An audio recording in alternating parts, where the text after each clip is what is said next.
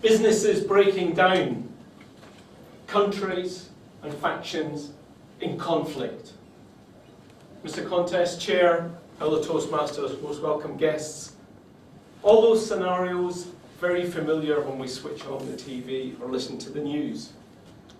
But I'd like to suggest to you that all of them have one scary thing in common. They're all largely preventable.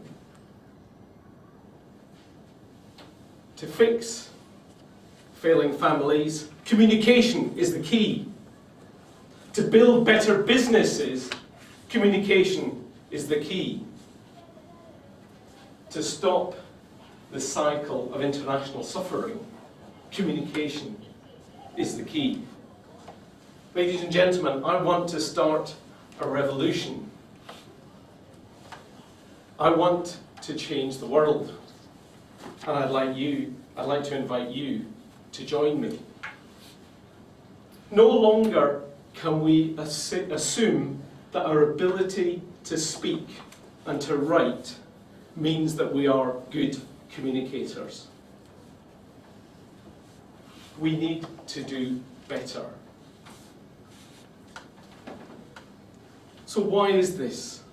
Well, the first thing I think we need to think about communication is we need to stop taking it for granted. Communication is a much more complicated thing than most of us give it credit for.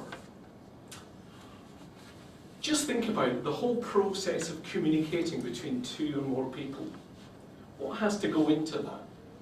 We have to take a whole complex blend of ideas, experiences and emotions. We have to compress it through the reducing valve of language and turn it into words that we share with other people. And in that process, we edit out a lot of the thinking behind those ideas.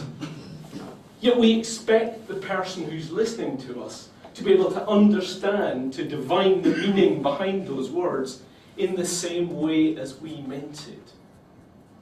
When you think about that, it's not surprising that we all have communication challenges. Let me give you a little example of how these things play out. Quite recently I was at home, working from home, and I said to my wife, I'll be probably popping out to the shop sometime during the day, is there anything you need me to get? And she said, yeah, could you get a loaf of bread? You know, one of those nice half and half loaves. Yeah, no problem. She came home in the evening, took one look at the loaf of bread sitting there on the worktop and said, you got the wrong bread. I said, what do you mean? It's the half and half loaf, the one you asked me to get. Yes, she said, but you got the thick slice one. I wanted the thin slice.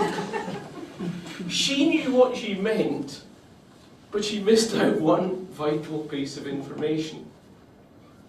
Assumed that I would know. Now, that's just how easy miscommunication can happen. And that's just over a loaf of bread. Think about if that same type of error is applied to a business communication or an international negotiation. Communication is a lot harder than we think. The second thing we need to remember is that we don't all speak the same language. Now, if I'm standing here speaking English, or indeed Scottish, to a Frenchman who only speaks French, I'm sure we could all agree there's plenty of scope for miscommunication. But would it surprise you to know that exactly the same problem occurs between native English speakers? We may well share a similar vocabulary, but the meaning we assign to those words can be dramatically different. And when I was in the corporate world, I remember being at a meeting and there was a manager standing up and he kept talking about walking the talk. And we all sat around the table and we all nodded. Yeah. But as I sat there, I wondered, do we all understand what he means by that phrase? And do we all understand the same thing? So I thought I'd do a little experiment.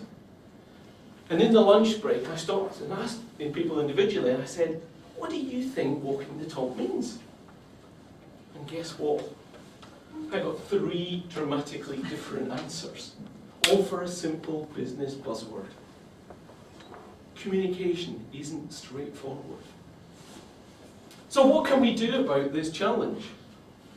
Well, I believe that the starting point is to take responsibility for the effect of our own communication.